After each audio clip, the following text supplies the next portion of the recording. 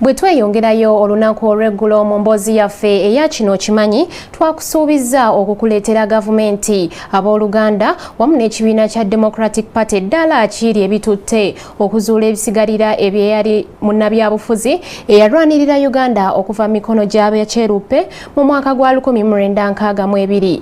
Bano nno baali baliisa bannayuganda akakanja. Omukungaanya waffe kaabikuboolere. Kano ke katundu kaffe ak'obadde okimanyi mu malindirire.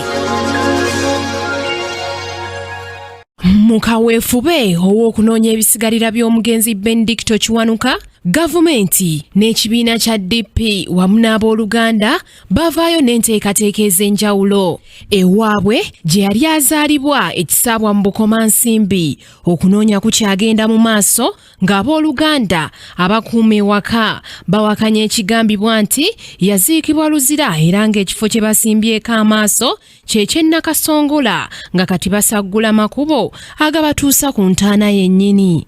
Bano bagamba nti singa bafuna ebisigalira bye baakuddamu okumuziika mu kitiibwa. Mu mwaka gwa 2012 mu mwezi ogwa Ntenvu ng'ennaku z'omwezi 12 waategekebwawo okusaba okw'okumujjukira n'okujjukira ebirungi bye yakolera eggwanga mu Kereziya ya Yesu Kabaka mu kibuga Kampala. Ku luno baali bajjukira bwe giweze emyaka 5 bukyanga Ben Kiwanuka azaawa. Era ku lunaku luno lwennyini abooluganda baatongoza kaweefube era ne bakubira buli muntu omulanga amanye amafiire ge ne gye baamuziika okuvaayo okubategeezaako. Bano era baatandika okuwa ensimbi mu kereziya ez'enjawulo eziwerera ddala obukadde 2 okusobola okubasabirako Katonda abalaga ekkubo eribatwala kitaabwe waali. Mu mwaka gwe gumu ekibiina kya Democratic Party kye yatandika kyavaayo ne kyegatta ku booluganda lwa Ben Kiwanuka mu kaweefube ono era eyali omwogezi w'ekibiina kino mu mwaka gwa 2012 Judy Mbabaali yategeeza nga bw'ali ow'okukwatagana n'eyali minisita w'ebyokwerinda Crispus Kiyonga ng'ayitamu eyali omuwandiisi we Mathias Nsubuga.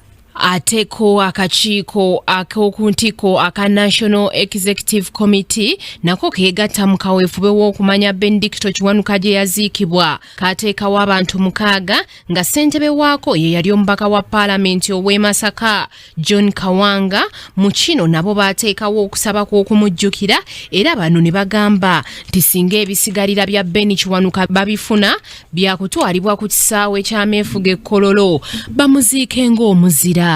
Oluvannyuma lwa muganda wa Benedicto Kiwanuka eyali asigaddewo yekka Daniel Musoke okufa, omugenzi Susan Namaganda Bey y'abirime ng'ono ye yali omubaka omukyalo owa Bukomansimbi era nga yali mukiise ku kakiiko ak'okuntikko aka National Executive Committee nga tannafa yalagira ng'ali wamu ne ssenkagale w'ekibiina kya Democratic Party Norbert Mao nga bwe baali ab'okufuna abakugu bayite ba pathologist okuva mu Argentina bayambe mu kunoonyereza.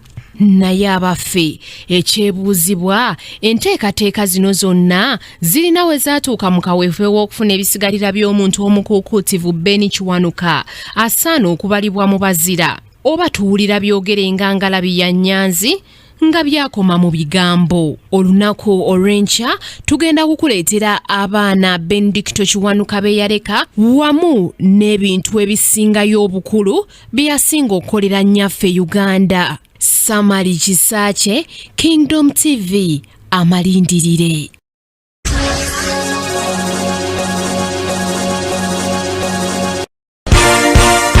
This is Kingdom TV.